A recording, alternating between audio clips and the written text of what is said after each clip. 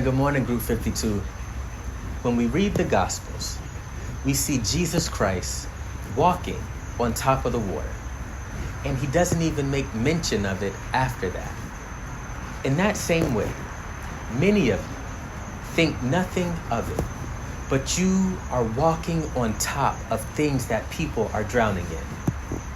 I know it's difficult to celebrate the problems in your life, but each and every problem that comes your way, that you walk on top of, makes you a champion for someone currently drowning in those situations.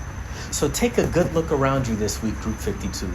Anytime you see someone going through something that you have walked on top of already, share your testimony, share your story of how you overcame, what the Lord has done for you.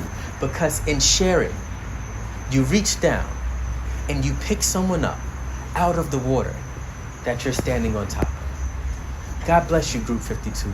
Remember, there's purpose in all the pain that you have gone through, and it will help free someone else and have the best week of your life.